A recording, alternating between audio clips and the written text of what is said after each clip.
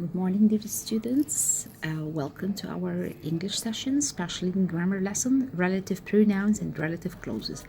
Actually, we worked on this lesson before, but we are going to repeat it as it's very important to be used in our writing quest or writing adventures. Now, please, after finishing, you are going to find the link of this PowerPoint presentation so that you can use it again. First of all, relative pronouns or relative clauses as is known. I just want to remind you, relative pronouns, the difference between who, which, that, where, when, why, okay, and there is no what, of course. So when I say who, which means that I have to clarify the difference between who and whom, and especially who and which, sometimes we can use that instead of it. So what's the usage of each one of them? How can I use it? What's the importance of using the commas and not using the commas and so on? Now, first of all, we have who and which. Okay, who is for people and which is for things. So the example here, the book is about a girl who runs away from home. Actually, I don't find here any commas because, as we said before, girl is not identified whose girl that I'm talking about. It's not, for example, Sally or Mary. So that's why I don't have to insert any commas here. Also here, where is the cheese which was in the fridge? So I just want to make sure that the cheese, maybe there is piece of it in the fridge, maybe piece of it in the kitchen.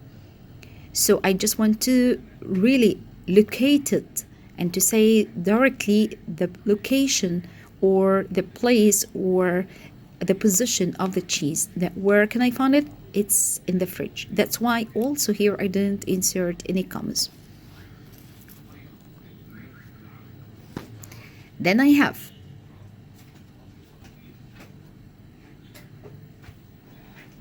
the informal language. We can use that instead of who or which. Now, informal means that I can use that because this is your second question that maybe you can ask me about. Now, once I did in the previous slide who here and which here, so what's the difference between that instead of who and that instead of which? Especially that I don't put any commas before that. So this means that I can put both of them. Now here in the informal language, I mean that informal means that the girl that I'm speaking here about is not the girl who is a boss or a principal or a director or a teacher. So this is informal language, informal way.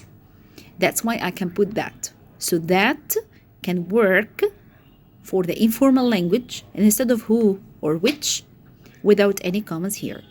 So these are the two same sentences that I can use them instead of who or which.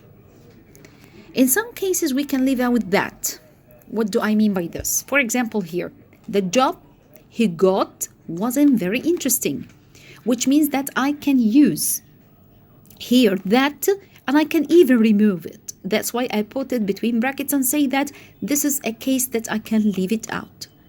A woman whom or that my sister knows has just bought the house next door. So what's the importance of inserting? And there is no important. It's called as emphatic. Emphatic means that I just want to make sure that the woman whom or the woman that my sister knows has just bought the house next door.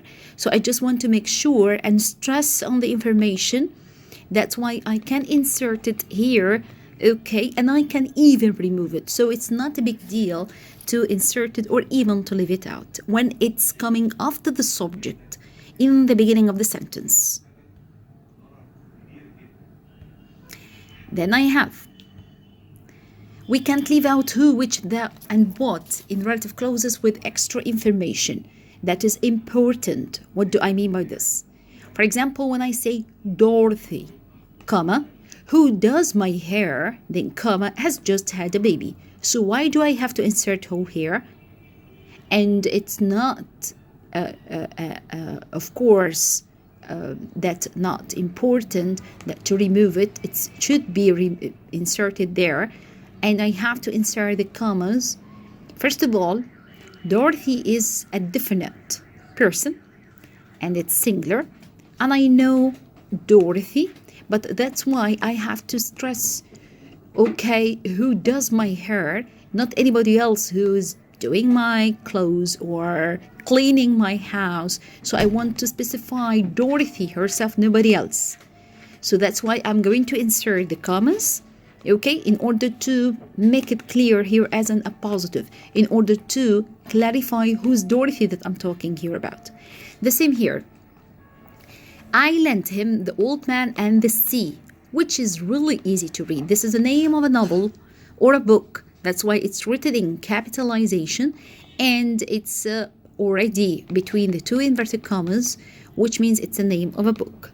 So I lent him this book, okay, and I just make sure that which is really easy to read. It's not difficult. It's not. So this is adding for the information of the book as to attract the attention of the reader and start to read it. Notes that here we cannot use that either here or there.